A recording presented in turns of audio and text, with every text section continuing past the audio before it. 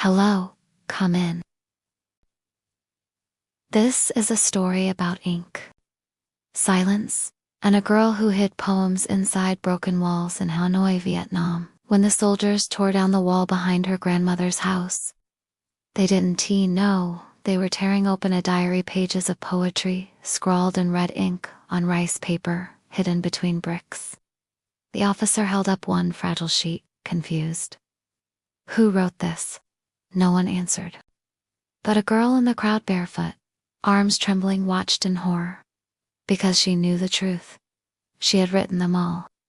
Her name was Leanne.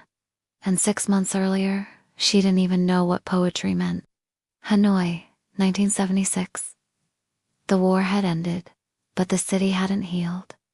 Buildings were crumbling. Markets were quiet. People whispered more than they spoke. Food was rationed. Fear was not. Leanne was 13, wiry and alert, always listening with wide eyes and a closed mouth. Her father had not returned from the south. Her mother spent her days bargaining for tofu and cheap rice, pretending like absence wasn't breaking her bones. Their home was a shared building for families under one rusted roof, divided by curtains and careful politeness. Leanne slept on the floor beside her grandmother, a proud woman who had once been a literature teacher before the war changed everything. Ba and Goi used to whisper poems to Leanne at night. Words are like birds, she said once. Even if your mouth is shut, they find ways to fly. Leanne didn't understand what that meant. Not yet. But she remembered the rhythm of those words. The hush of her grandmother's voice. The red ink on her fingers. Because Ba and Goi never used black ink. Too harsh, she said. Red is for life. One day, Leanne came home from school and found the house silent. Her mother gone, her grandmother asleep. Or so she thought. But as Leanne crept closer, she saw red stains on the old woman's palm, not blooding. Beside her, tucked into a wooden box under the mattress, were dozens of folded rice paper sheets, filled with handwritten poems. Not the kind Leanne saw in textbooks. These were raw, beautiful, painful. One read. I stitched my tongue inside my cheek, so my daughters could speak. Leanne didn't know what moved her more, their words, or the fact that they weren't meant to be found.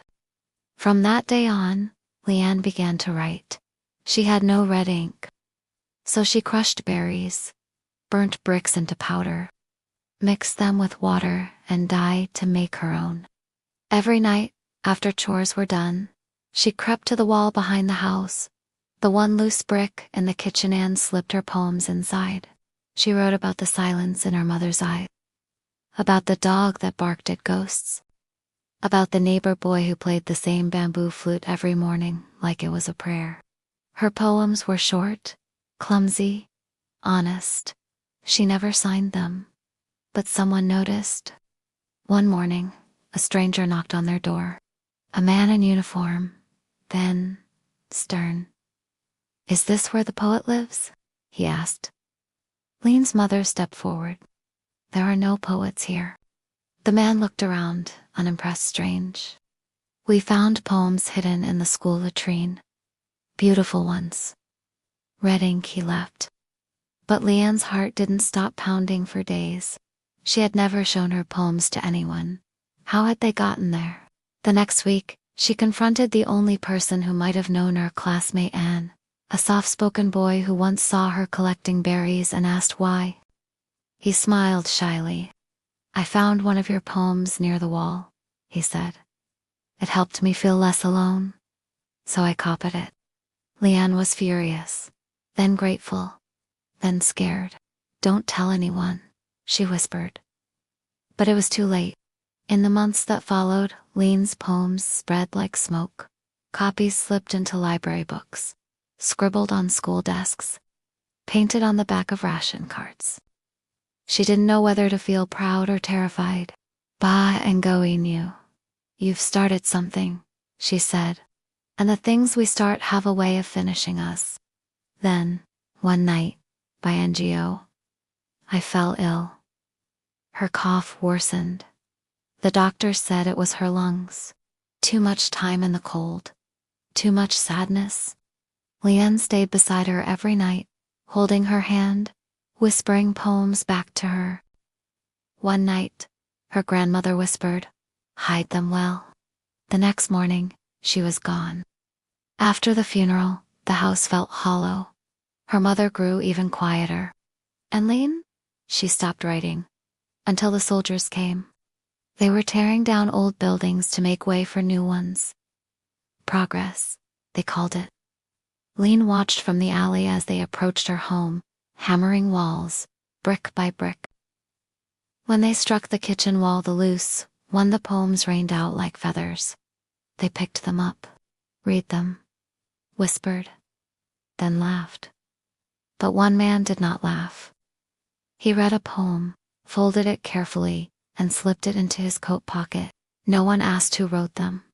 But the rumor spread. And Leanne knew what she had tried to hide could no longer be buried. She waited. Days passed. No one came. And slowly, people began to look at her differently. The neighbor woman nodded at her in the market. Her teacher patted her shoulder without saying a word.